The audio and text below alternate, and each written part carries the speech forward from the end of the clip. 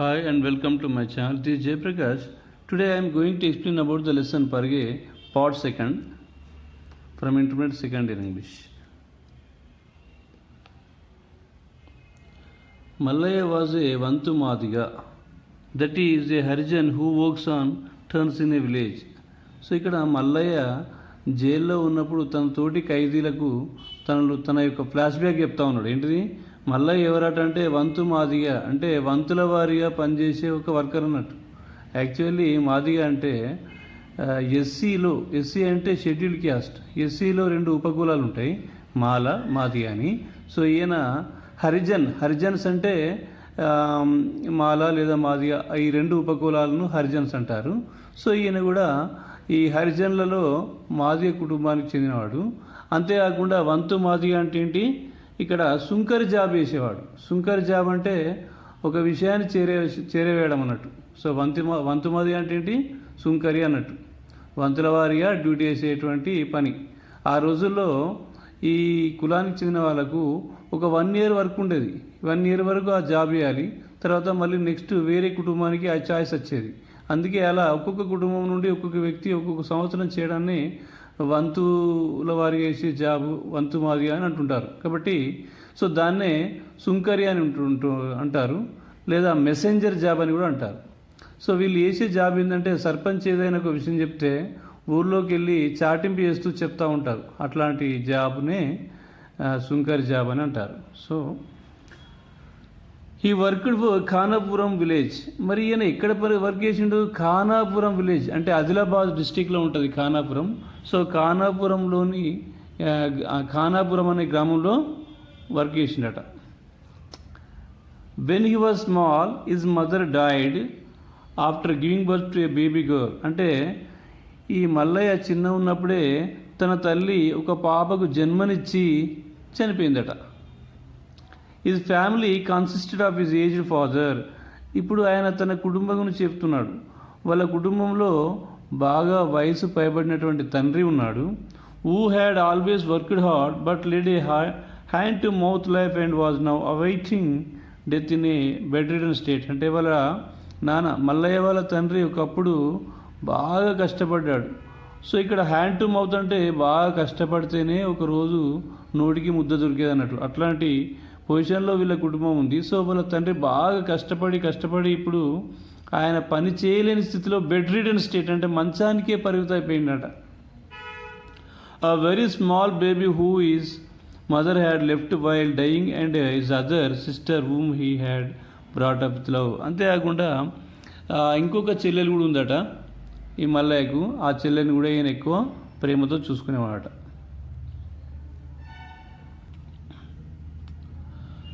As Mallaya's father became very old, it became inevitable for Mallaya to do the messenger job in the village. అంటే మల్లయ్య యొక్క తండ్రి బాగా ముసలివాడు అయిపోయిండు. ఎందుకంటే ఆయన బాగా పని చేసి అతని శరీరం సహకరిస్తలేదు, అలాగే ముసలివాడు అయిపోయిండు. సో ఇక ఇన్ఎవిటేబుల్ ఫర్ మల్లయ్య అంటే తండ్రి చేయాల్సిన పని మల్లయ్య చేయాల్సిన పరిస్థితి వచ్చిందట. ఎందుకంటే తండ్రి పని చేయలేని స్థితిలో మంచానికి పరిమితమైంది కాబట్టి ఇక మల్లయ్య తప్పకుండా ఈ మెసెంజర్ జాబ్ అంటే తండ్రి చేసినటువంటి మెసెంజర్ జాబ్ను చేయాల్సిన పరిస్థితి వచ్చింది. అంటే ఆ రోజుల్లో తండ్రి యొక్క సుంకరి జాబ్ కొడుకు వచ్చేది. కాబట్టి తండ్రి బాగా ముసలివాడేటి కాబట్టి అతని యొక్క జాబ్ మల్లయ్య చేయాల్సిన పరిస్థితి వచ్చింది. సో ఇప్పుడు మల్లయ్య చేసే జాబ్ ఏంటి? మెసెంజర్ జాబ్, వార్తలను చేరవేయడం అన్నట్టు. His father became restricted to bed. అంటే వాళ్ళ తండ్రి మల్లయ్య యొక్క తండ్రి మంచానికే పరిమితమైండు. The responsibilities of his sisters marriage, she was 10 to 12 years old. The medical treatment of his father and feeding of the family fell on Mallaiah. ఇప్పుడు తండ్రి మంచానికే పరిమితం అయిపోయింది కాబట్టి మల్లయ్య కొన్ని బాధ్యతలు ఉన్నాయట, రెస్పాన్సిబిలిటీస్. ఏంటి? చెల్లెలి యొక్క పెళ్ళి. మరి చెల్లెలి వయసు ఎంత ఉంది? 10 to 12 years అంటే 10 నుండి 12 సంవత్సరాలు. అంటే ఖచ్చితమైనటువంటి ఇయర్ ఇయ్యలేదు. అంటే 10-12 మధ్యలో ఉండేటువంటి తన యొక్క చెల్లెలి పెళ్ళి కూడా ఈయన చేయాల్సిన పరిస్థితి వచ్చింది. అంటే ఆ రోజుల్లో 1940లో 10 yearsకే అమ్మాయిలకు పెళ్ళి వేసేవారు, అబ్బాయిలు కూడా చిన్న వయసులోనే పెళ్ళిళ్ళు వేసేవారు. ఎందుకంటే బాల్య వివాహాలు ఉన్నాయి కదా. కాబట్టి తనకు తన చెల్లెలి యొక్క పెళ్లి బాధ్యత ఉంది. నెక్స్ట్ మెడికల్ ట్రీట్మెంట్, తండ్రికి హెల్త్ బాగాలేదు కదా. సో మెడికల్ ట్రీట్మెంట్ అంటే ఇక్కడ మెడిసిన్ ఖర్చు ఇతనే భరించాల్సి ఉంటుంది. అంటే తండ్రికి అయ్యేటువంటి మెడికల్ ఖర్చు అంటే ఉదాహరణకు ట్యాబ్లెట్స్ కానీ ఇంకేవైనా సరే అతనికి ట్రీట్మెంట్ చేస్తే అయ్యే ఖర్చులు కూడా ఈయనే భరించాలి. Next feeding of the family అంటే కుటుంబాన్ని పోషించాలా. అంటే ఈ మల్లయ్యకున్న బాధ్యతలు చెల్లెలి పెళ్లి చేయాలి, తండ్రికి వైద్యం చేయించాలి, అలాగే కుటుంబాన్ని పోషించాలి. ఇవన్నీ కూడా పెళ్ళాన్ మల్లయ్య మీద ఉన్నటువంటి బరువు బాధ్యతలు. After his regular job hours there was a little time left. అంటే ప్రతిరోజు ఆయన మెసెంజర్ జాబ్ చేయడానికి వెళ్ళి వచ్చిన తర్వాత కొంత టైం మిగిలిపోద్దట. అంటే డ్యూటీకి వెళ్ళి ఇంటికి వచ్చేసరికి కొంత టైం మిగిలిపోద్దట. But it was not possible for him some times to do additional work as a hired labourer. So ఎప్పుడైతే ఇంటికి వచ్చినప్పుడు కొంత ఫ్రీ టైం దొరుకుతుందో ఆ టైంలో ఆయన పొలం పనికి వెళ్ళేవాడట. పొలం పనికి వెళ్ళేవాడట ఒక లేబర్గా. At times, Mallaya had to accompany the government officials to other places when his sister would do the messenger work in the village in addition to looking after her father. అంటే అప్పుడప్పుడు ఈయన ప్రభుత్వ అధికారులతోని, గవర్నమెంట్ అఫీషియల్స్ అంటే ప్రభుత్వ అధికారులతోని ప్రభుత్వ అవసరాల నిమిత్తం కొన్ని చోట్లకు వెళ్ళాల్సి వచ్చేదట. అంటే వేరే చోట్లకు ప్రభుత్వ అధికారులతోని వెంటగా వెళ్ళేవాడట. అలా వెళ్ళినప్పుడు ఆయన చేసేటువంటి వర్క్ మెసెంజర్ జాబ్ను ఎవరు చేసేవారట? సిస్టర్. అంటే ఇది సిస్టర్ చెల్లెలు చేసేదట మెసెంజర్ జాబ్. అంతేకాకుండా ఆయన వేరే ఊరికి వెళ్ళడం వలన ఆయన తండ్రికి ఫుడ్ పెట్టడం కావచ్చు, తండ్రి యొక్క బాగోగులు వాళ్ళ అన్నయ్య వచ్చే వరకు చెల్లెలు చూసుకునేది. Some times they had to stove the whole day for want of additional hard work. అంటే ఒక్కొక్కసారి వాళ్ళకు తినడానికి తిండి కూడా లేక పస్తులుండాల్సిన పరిస్థితి వచ్చేదట. అంతటి దయనీయమైన స్థితిలో అప్పుడప్పుడు ఏం చేస్తారట? హైర్డ్ వర్క్ అంటే పొలం పనికి వెళ్ళేవారు, లేదంటే దినసరి వేతనానికి కూలీగా పనిచేయడానికి వెళ్ళేవాడు. With great difficulty they use to feed there father with meagre quantities of food. అంటే సిస్టర్ కావచ్చు, లేకపోతే మల్లయ్య కావచ్చు, వీళ్ళిద్దరు కూడా బాగా కష్టపడి అతి కష్టం మీద వాళ్ళ తండ్రికి భోజనాన్ని సమకూరుస్తున్నారు. అంటే వాళ్ళ పరిస్థితి ఎంత దయనీయంగా ఉందో మనము అర్థం చేసుకోవచ్చు.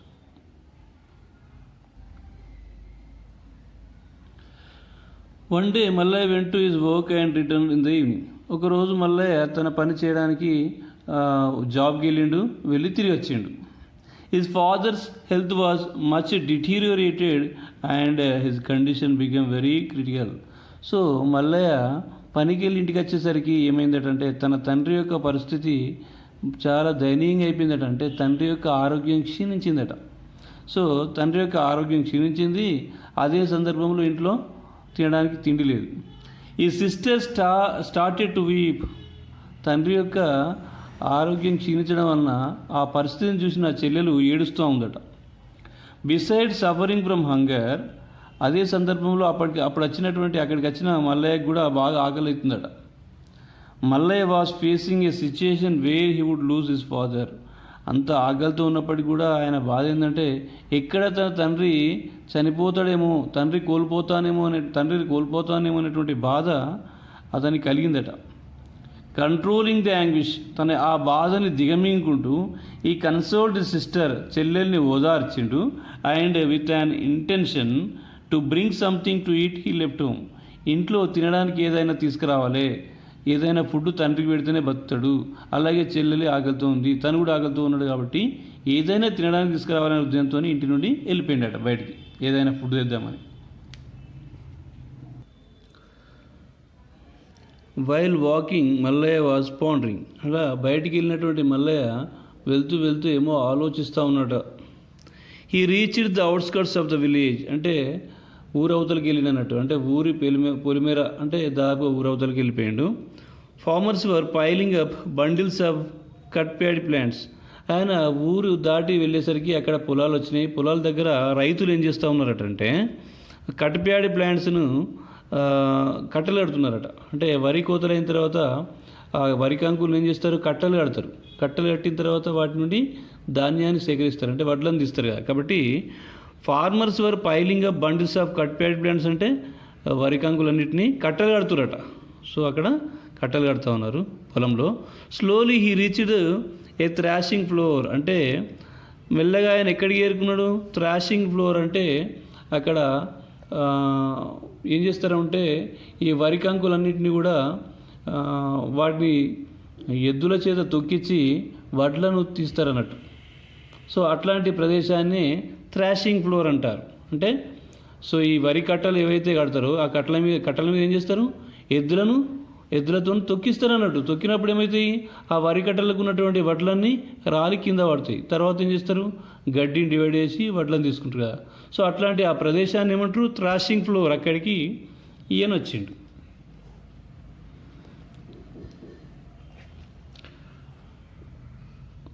The hired laborers who had working in the fields all the day were haggling over their wages with the landlord. అంటే అప్పటి వరకు పొలంలో పనిచేసినటువంటి కూలీలు ఎవరైతే ఉన్నారో వాళ్ళు ఏం చేస్తూ ఉన్నారటంటే ఆ పొలాలకు ఓనర్, ల్యాండ్ లార్డ్ అంటే భూస్వామి ఉంటాడు కదా, ఆ భూస్వామితోని వాళ్ళు దీనంగా అడుగుతూ ఉన్నారట. ఏంటిది? వాళ్ళకు వేజెస్ అంటే వేతనాలు. వాళ్ళు అప్పటి వరకు పొలంలో పనిచేసారు కదా, పనిచేసిన దానికి ఆయన ఇచ్చినటువంటి జీతం ఏదైతుందో, డబ్బులు ఏదైతుందో అది సరిపోలేదట, ఇంకొంచెం ఇస్తే బాగుండున్నట్టుగా అడుగుతున్నారట. Disgusted with the miserliness of the land lord they were imploring for some more grains towards wages. అంటే ఇక్కడ miserliness of the land lord అంటే ఆ భూస్వామి చాలా పిసినారట. పాపం వీళ్ళు అప్పంచేలు ప్రొద్దున్న నుండి సాయంత్రం దాకా వర్క్ చేశారు, వాళ్ళకి తక్కువ జీతం ఇచ్చిండు, డబ్బులు తక్కువ ఇచ్చిండు. సో దానికి వాళ్ళు ఏమన్నారు? ఈ డబ్బులే కాకుండా కొంత గ్రెయిన్స్, ధాన్యము అంటే కొన్ని వడ్లు కూడా పెట్టండి అని చెప్పేసి అడిగిరట వాళ్ళు, ఎవరు? కూలీలు. As if he was shaking out his hand to drop the left over food after his meal the land lord through some grains in to their labs. అన్నం తిన్న తర్వాత చేతికున్నటువంటి మెతుకులను కిందికి పడగొట్టడానికి చేయి దులుపుకున్నట్టుగా ఈ ల్యాండ్ లార్డ్ ఏం చేసిండట? వాళ్ళ ల్యాబ్ అంటే ఒడిలో వాళ్ళు జోలే పట్టుకుంటే దాంట్లో మనిషి కొన్ని చేయితోని వడ్లు పోసిండట. వాచింగ్ దిస్ హోల్ సీన్, అంటే ఈ సీన్ అంతా కూడా చూసినటువంటి మల్లయ్య ఫెల్ట్ డిస్పేర్డ్. ఆ దృశ్యాన్ని చూసిన మల్లయ్య నిరాశ చెందిండట. When even the people who toiled are not getting enough wages where is the hope for me to get even a grain here he thought. So ఆయన ఆ దృశ్యాన్ని చూసినాక అన్నట, ప్రొద్దు నుండి సాయంత్రం వరకు కూలీలు వర్క్ చేసి వాళ్ళు కష్టపడితే వాళ్ళకే సరైన వేతనాలు ఇస్తలేడు ఈయన, సరైన డబ్బులు ఇస్తలేడు. అట్లాంటి వాళ్ళకు కష్టపడ్డ వాళ్ళకే ఈయన ఇవ్వలేదు అంటే ఇక నాకేం పెడతాడు ఈయన? నేను అడిగిన అనుకో నాకేమన్నా ఇస్తాడు ఈయన? ఏమాత్రం ఆశ లేదంటున్నాడు. ఇంకేమంటున్నాడు? So even grain here he thought, అంటే నాకేం ఇస్తాడు అన్నట్టు. With a feeling of despondency, అంటే నిరాశతో he move towards the fields in which harvesting was over. అంటే అక్కడి నుంచి వేరే పొలాల కాడికి వెళ్ళిండట. అక్కడ ఎక్కడైతే పంట కోయడం అయిపోయిందో అట్లా అయిపోయినటువంటి వేరే పొలాల కాడికి వెళ్ళిండట. Having completed their day's work the landlords, their assistants and the hired worker started returning to their village. అంటే ఇక్కడ having completed their day's work అంటే ఆ రోజులో వాళ్ళు చేసే పనిని పూర్తి చేసుకున్న తర్వాత భూస్వాములు కావచ్చు, ఆ పొలాల దగ్గర ఉన్న భూస్వాములు కావచ్చు, లేదంటే వాళ్ళ యొక్క అసిస్టెంట్స్ వారి దగ్గర పనిచేసే వాళ్ళు కావచ్చు, ఇంకా హైర్డ్ వర్కర్స్ అంటే దినసరి వేతానికి పనిచేసే కూలీలు కావచ్చు, ఏం చేశారట? ఆ రోజు వర్క్ పూర్తి కాగానే ఇంటికి వెళ్ళడానికి బయలుదేరుతూ ఉన్నారు, రిటర్న్ అవుతూ ఉన్నారు. రిటర్నింగ్ టు దేర్ విలేజ్ అంటే తిరుగు ప్రయాణం అయ్యారన్నట్టు. తిరుగు ప్రయాణం స్టార్ట్ చేశారు. ఇన్ ద ట్వైలైట్ అంటే ఈవినింగ్, సంధ్యా సమయంలో Mallayya gathered the leftover stock of paddy one by one and feeling proud for getting something to eat that night which he thought was due to his usefulness he started return to his home like a valiant warrior with delight. So ఇక ఈయన ఏం చేసిండట? ఆ పొలాల దగ్గర ఉన్నటువంటి cut paddy plants అంటే వరి కంకులన్నింటినీ ఏరుకున్నాడట. ఏరుకొని ఏం చేసిండు? కట్టగట్టుకున్నాడు. అవన్నీ ఏరుకొని ఏమనుకున్నాడంటే, అబ్బా చివరికి నాకు కొంత పరిగె దొరికింది, సో ఇది నాకు ఈరోజు నైట్కి మా ఇంట్లో ఫుడ్ అవుతుంది. ఎందుకంటే వడ్ల నుండి రైస్ వస్తాయి కదా, కాబట్టి నైట్కి నాకు కొంత ఫుడ్ అవుతుందని చాలా హ్యాపీగా ఫీల్ అవుతూ ఈ starter return in to his home, అంటే ఇంటికి తిరిగి వెళ్ళడానికి సిద్ధమైండు. ఎట్లా ఏ వేలియంట్ వారియర్, అంటే యుద్ధంలో విజయం సాధించిన ఒక యోధుల్లాగా ఫీల్ అవుతూ హ్యాపీగా ఇంటికి తిరిగి ప్రయాణమైండు. బట్ కానీ when his father's condition and the imminent danger came to his mind as if his enthusiasm and pride took a beating he felt rejected. అంటే ఎప్పుడైతే తన తండ్రి యొక్క పరిస్థితి, తన తండ్రి ఎట్లా ఉన్నాడు, మంచానికి పరిమితమై దయనీయమైన స్థితిలో ఉన్నాడు, ఆరోగ్యం క్షీణించింది కదా, ఆ విషయం గుర్తుకు రాగానే తన తండ్రి ఆరోగ్యం చాలా క్షీణించిన విషయం గుర్తుకు రాగానే ఏమైంది, ఆయన సంతోషం ఒక్కసారిగా ఆవిరైపోయిందట, ఉత్సాహం పోయిందట, నిరాశ చెందాడు. ఆన్ హిజ్ వే, తన మార్గ మధ్యంలో, ఆన్ హిజ్ వే అంటే తన దారిలో, he saw some bundles of harvested paddy in the fields, అంటే తను వెళ్తూ దారిలో ఏం చూసిండట, bundles of harvested paddy in the fields, అంటే కొన్ని కట్ ప్యాడీ ప్లాంట్స్ చూసిండన్నట్టు, సారీ అంటే ఇక్కడ కట్టలు కట్టినటువంటి కొన్ని వరి కట్టలు చూసిండట. When he compared his bundle of parige with them he felt jealous, అంటే తన దగ్గర ఉన్నటువంటి ఆ బండిల్స్ను అక్కడ ఉన్నటువంటి బండిల్స్ చూసి కంపేర్ చేసుకొని కొంత జీలస్, అసూయపడ్డాట, అరే నా దగ్గర ఉన్నది కొంచెం అక్కడ ఉన్నది ఎక్కువ కదా అని అట్లా కొంచెం ఈర్ష్యగా ఫీల్ అయిందట. దే మే బీ బిగ్గర్, అక్కడ ఉన్నటువంటి కట్టలు అంటే వరి కంకులు అన్నీ కట్టలు కట్టరు కదా, ఆ కట్టలు చాలా పెద్దవి కావచ్చు, yet they can't equal mine, కానీ అవి నా దగ్గర ఉన్నదానికి సమానం కాదు అంటున్నాడు. They are as useless as mushrooms he said moving ahead, చెప్పాలంటే అవి ఎందుకు పనికిరావు పుట్టగొడుగులాగా అనుకుని ముందుకెళ్ళిండట. ఎందుకంటే మనం ఎప్పుడైనా కానీ ఉన్న దాంట్లో సాటిస్ఫై అయితే హ్యాపీగా ఉంటాం, లేకపోతే మన హెల్త్ పాడవుతుంది. సో ఇక్కడ కూడా అక్కడ ఉన్నటువంటి కట్టలు నాకంటే పెద్దయే అనే ఫీలింగ్ కాకుండా అది ఉన్న వేస్టే అనేటువంటి ఒక వేదాంత ధోరణిలో వెళ్ళిపోయింది. Who is it that is going, the words came from one of the heaps, అంటే అక్కడ ఉన్నటువంటి ఒక వ్యక్తి, ఆ పొలంలో ఉన్నటువంటి వ్యక్తి అన్నారట, who is it that is going, ఎవరో వెళ్తూ ఉన్నారా, వ్యక్తి ఎవరు, వెళ్ళే వ్యక్తి ఎవరు అని మాటలు వినబడ్డాయట. మళ్ళీ స్టాప్డ్ అండ్ లుక్డ్ అరౌండ్, అప్పుడు మళ్ళీ ఏం చేసిండు, మళ్ళీ స్టాప్డ్ అండ్ లుక్డ్ అరౌండ్, మళ్ళీ చూసిండట, అరే నన్ను ఎవరైనా మాట్లాడిచ్చారా అని ఒకసారి ఏం చేసిండు, ఆగి లుక్డ్ అరౌండ్, రౌండ్ తిరిగి చూసిండట.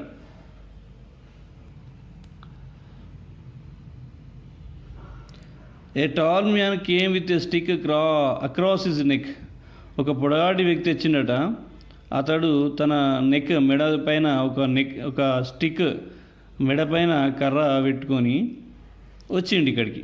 టాల్ మ్యాన్ అంటే పొడవాటి వ్యక్తి.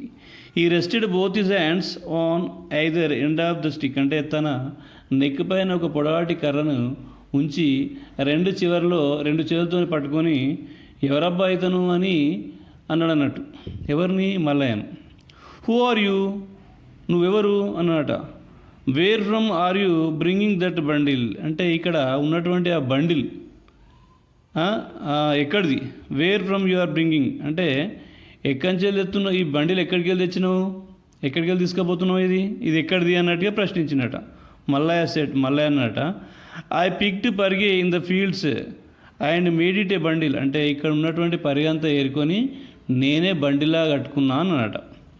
ఈ పుట్టు ఫోర్త్ ఇస్ ఫాల్ట్లెస్నెస్ స్ట్రాంగ్లీ, సో ఏమన్నట, ఈ పుట్టు ఫోర్త్ ఈజ్ ఫాల్ట్లెస్నెస్ స్ట్రాంగ్లీ, అంటే నా దగ్గర ఏం ఫాల్ట్ లేదు అన్నట్టుగా, పొరపాటు లేదన్నట్టుగా స్ట్రాంగ్గా వాయిస్ ఇచ్చినట. ఇది నేను ఏరుకొని బండిలు కట్టుకొని తెచ్చిన అన్నట్టుగా అన్నట. Do you mean we prepared and kept all these bundles of parige ready for you, అప్పుడు సర్కాజంగా వ్యంగ్యంగా అన్నట. ఓహో అట్లా అయితే do you mean we prepared, అంటే ఇక్కడ బండిలు కట్టినటువంటి అన్నీ కూడా నీకోసమే సిద్ధం చేసినాం అనుకుంటున్నావా అన్నట. అంటే ఆల్రెడీ పొలాల దగ్గర అక్కడక్కడ పొలంలో ఏమున్నాయి, కట్ ప్యాడీ ప్లాంట్స్ బండిలు కట్టి ఉన్నాయి కదా, సో ఇవన్నీ నీకోసమే సిద్ధం చేసి పెట్టినావా అన్నమాట. ద మ్యాన్ సెడ్ సర్కాస్టికల్లీ, వ్యంగ్యంగా అన్నమాట. వాట్ ఏ డిల్యూడర్ యు ఆర్, ఆహా నువ్వు ఎంత తెలివైన ఎంత మోసగానివి అన్నమాట. డిల్యూడర్ అంటే మోసగాడు అన్నట్టు. వాట్ ఏ డిల్యూడర్ యు ఆర్, నువ్వు ఎంత మోసగానివి అని అప్పుడు వాటి వ్యక్తి అన్నమాట. Exhibiting astonishment over the other persons boundless selfishness and the injustice meted out to himself, Mallaya said, he is picking Parige to a wrong thing. అప్పుడు అతను అన్నటువంటి మాటలకు మల్లయ్య అన్నట, పరిగెను ఏరుకోవడం కూడా తప్పేనా అన్నట. అంటే మీరు వరి కోతలు అయిపోయిన తర్వాత కట్ప్యాడి ప్లాంట్స్ అన్నీ కూడా కట్టెలు కట్టి తీసుకొని వెళ్ళగా మిగిలిందే కదా నేను తీసుకున్నది, అలా పరిగె ఏరుకోవడం కూడా తప్పేనా అన్నట. Lifting his stick, the man said, you are mighty presumptuous, keep the bundle there. అప్పుడు ఏమన్నాట, తన లిఫ్టింగ్ స్టిక్ అంటే కర్రను పైకెత్తి అన్నట, keep the bundle there, bundle అక్కడ పెట్టేసేయి అని అన్నట. Mallaiah then realise that trying to prove his innocence would be of no use. అప్పుడు మల్లయ్య ఒక విషయాన్ని గ్రహించినట్టు, ఏంటిది, తన యొక్క అమాయకత్వాన్ని రుజువు చేసుకోవడం ఇక్కడ కరెక్ట్ కాదు, ఎందుకంటే చెప్పినా నమ్మే స్థితిలో లేడు అని అనుకున్నాడట. He described the pitiful predicament of his father. అలాగే తన యొక్క తండ్రి పరిస్థితి కూడా వివరించిందట. తన తండ్రికి ఆరోగ్యం బాగాలేదు, క్షీణించింది, ఫుడ్ కావాలని ఇట్లా వివరించిందట. ఈ బెసీచ్డ్ ఇన్ అట్టర్ ఆబ్జెక్షన్, అంటే తన యొక్క పేదరికం గురించి కూడా వివరించినట. This made the person believe strongly that Mallaiah stole the bundle of paddy beyond any doubt. అలా చెప్పేసరికి ఆ వ్యక్తి అనుకున్నాడట, no doubt he is a thief అనుకున్నాడట. ఖచ్చితంగా ఇతడు ఇక్కడ ఉన్నాయని దొంగిలించిండు, ఇక్కడ ఉన్నటువంటి బండిల్ని దొంగిలించి తీసుకెళ్తున్నాడు అని స్ట్రాంగ్గా నమ్మిండట. ఎవరు, tall man. With rage he roared, గట్టిగా గద్దరించానట. To whom are you born, నువ్వు ఎవరికి పుట్టినవురా అన్నట.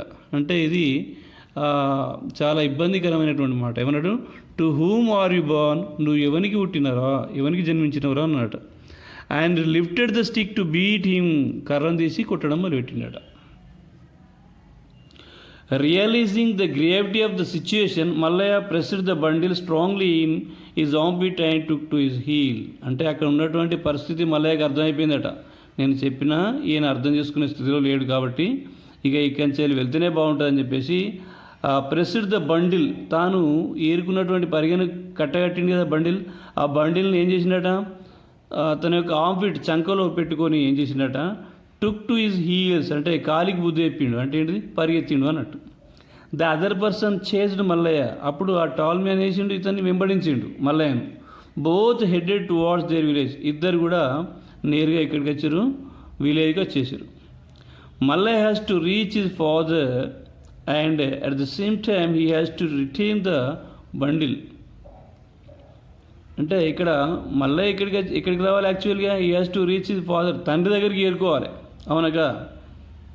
So at the same time ఈ బండిల్ అతనికి ఇవ్వకూడదు.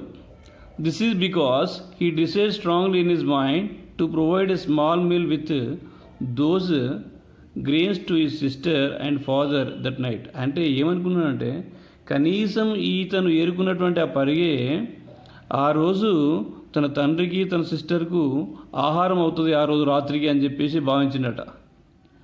With such a strong determination, అలాంటి ఒక దృఢ సంకల్పంతో he ran very fast using all his energy, తనలో ఉన్నటువంటి శక్తిని అంతా కూడా కూడట్టుకొని ఏం చేసిండు, వేగంగా పరిగెత్తుకుంటూ వెళ్ళిండు.